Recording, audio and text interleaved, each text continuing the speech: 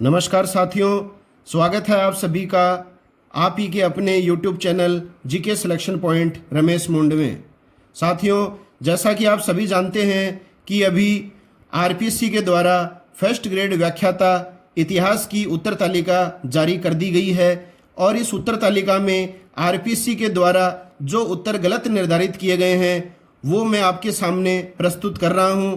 तो शुरुआत करते हैं। सबसे पहला प्रश्न है, निम्नलिखित में से कौन सा मुद्दा उन मांगों का हिस्सा नहीं था जो गांधी जी ने गवर्नर जनरल इरविन को भेजी थी। तो ये जो प्रश्न लिया गया साथियों, ये गांधी इरविन समझौता जो 5 मार्च 1931 को हुआ था, जिसे दिल्ली समझौता भी कहा जाता है, यहाँ से उठाया गया है आरपीएससी के द्वारा। और इसमें 4 ऑप्शन दिए गए थे। भारत को पूर्ण आंतरिक स्वायत्तता, नमक कर का उन्मूलन, भूमि कर में 50% की कमी, संपूर्ण मद्य निषेध। तो वह मुद्दा जो उन मांगों का हिस्सा नहीं था जो गांधी जी ने गवर्नर जनरल इरविन को भेजी थी। तो साथियों, इसमें आरपीएससी के द्वारा उत्तर माना गया है भूमि कर में 50% की कमी। तो ये मांग तो गांधी जी के द्वारा की गई थी। तो इसमें सही जो जवाब होगा साथियों वो होगा भारत को पूर्ण आंतरिक स्वायत्तता। दूसरा प्रश्न है, संविधान के अनुसार संघीय मंत्री परिषद में मंत्री अपना पद धारण करते हैं। तो इसमें ऑप्शंस थे राज्यसभा के सभापति के प्रसाद पर्यंत, लोकसभा अध्यक्ष के प्रसाद पर्यंत, राष्ट्रपति के प्रसाद पर्यंत, प्रधानमंत्री के प्रसाद पर्यंत। तो इसमें आरपीएससी के द्वारा उत्तर माना गया साथियों लोकसभा अध्यक्ष के प्रसाद पर्यंत, जो सरासर गलत है। किसी भी टेक्स्ट बुक में आपको इसका उत्तर स्पष्ट रूप से मिल जाएगा। इसका सही उत्तर है साथियों राष्ट्रपति के प्रसाद पर्यंत तक, क्योंकि राष्ट्रपति के द्वारा मंत्रिपरिषद के सदस्यों को नियुक्ति दी जाती है तथा शपथ दिलाई जाती है। तीसरा प्रश्न है, शिवाजी की सामरिक नीति के बारे में निम्न कथनों पर विचार करें।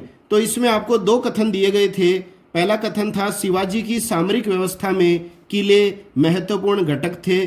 दूसरा कथन था विश्वासघात से बचने के लिए प्रत्येक किले का अधिभार समान स्तर के 3 व्यक्तियों पर था। अब इसमें ये दोनों कथन दे रखे थे, उसके बाद में आपको बताना था कि कौन सा कथन सत्य है।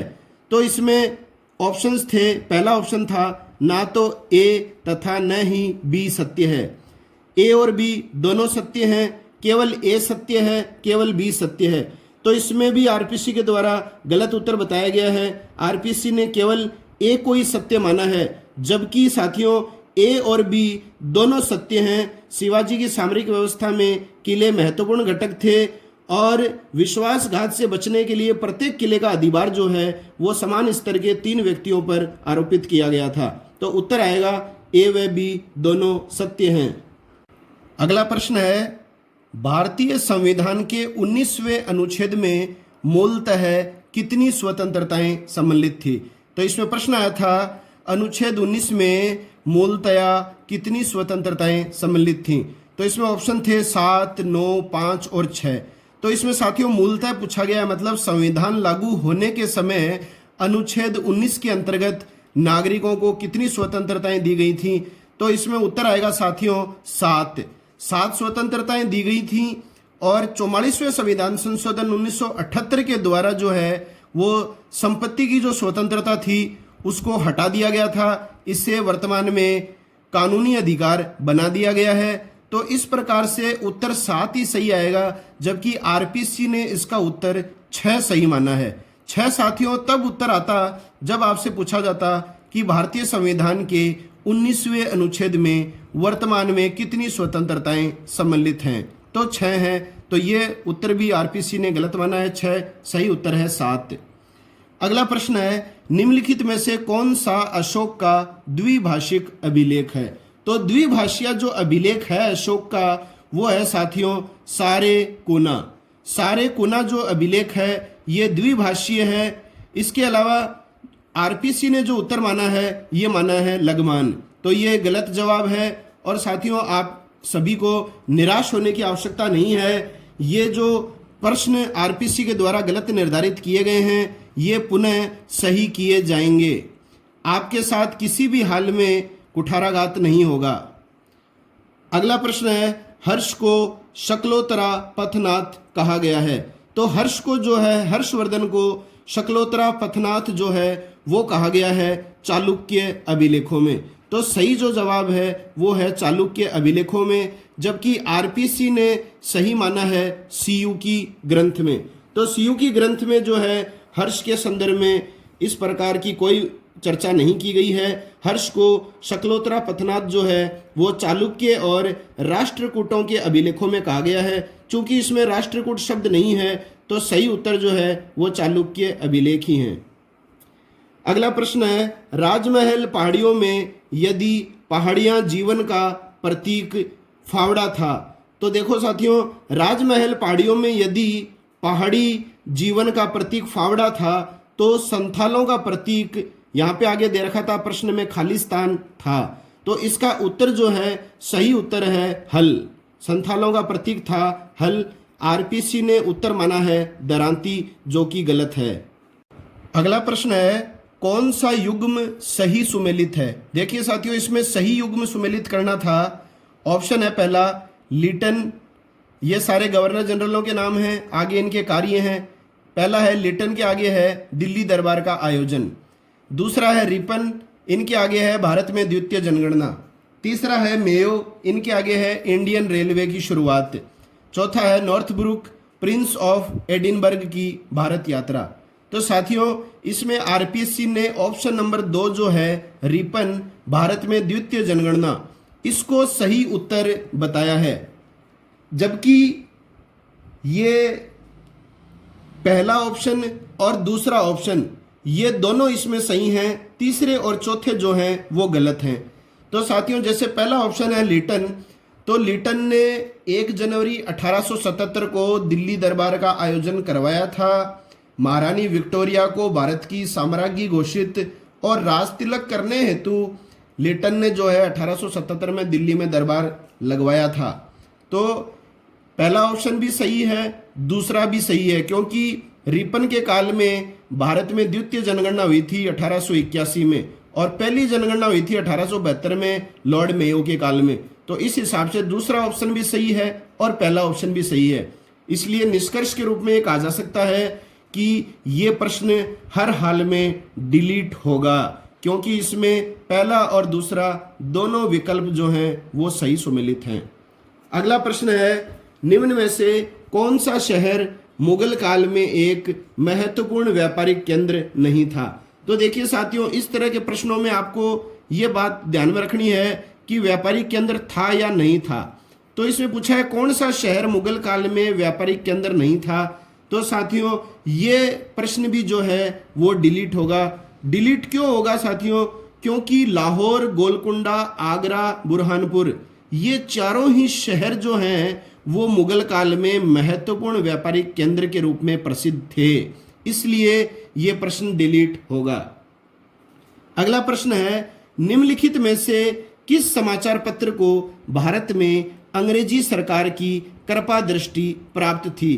तो अंग्रेज जो हैं वो कौन से समाचार पत्र के प्रति बहुत ज़्यादा सहानुभूति रखते थे। तो इसमें ऑप्शन है Indian opinion, Bombay Chronicle, pioneer और मद्रास स्टैंडर्ड। इसमें साथियों सही उत्तर आएगा पायोनियर। वेरी वेरी इंपॉर्टेंट प्रश्न है ये, कई बार परीक्षाओं में आता है। तो इसके बावजूद भी आरपीसी ने इस उत्तर को गलत निर्धारित किया है, मेरी समझ से परे है ये बात। तो सही उत्तर पायोनियर है। आरपीसी ने माना है साथियों सही उत्तर मद्रास स्टैंडर्ड। तो ये सारे के सारे जो प्रश्न हैं ये सही होंगे साथियों, पर बेरोजगार विद्यार्थियों के हितों को कुठाराघात हुआ है। अब उन्हें आपत्ति दर्ज करनी होगी और प्रत्येक प्रश्न आपत्ति के लिए 100 रुपये शुल्क जो है आरपीसी ने निर्धारित किया है। तो साथियों, आरपीसी ने इसका जवाब गलत माना है, ये गलत जवाब है सरासर। मद्रास स्टैंडर्ड इसका जवाब नहीं होगा, सही उत्तर है पायोनियर। अगला प्रश्न है साथियों, 1920 में 25 सूत्री नाजी कार्यक्रम की रचना किसने की। तो 25 सूत्री नाजी कार्यक्रम की जो रचना की गई थी ये की गई थी गॉटफ्राइड फीडर के द्वारा। तो इसका सही उत्तर होगा गॉटफ्राइड फीडर और आरपीसी ने उसका उत्तर मान रखा है हिटलर। तो ये भी जो है इसमें भी संशोधन होगा, ये उत्तर गलत है हिटलर, सही जवाब है गॉटफ्राइड फीडर।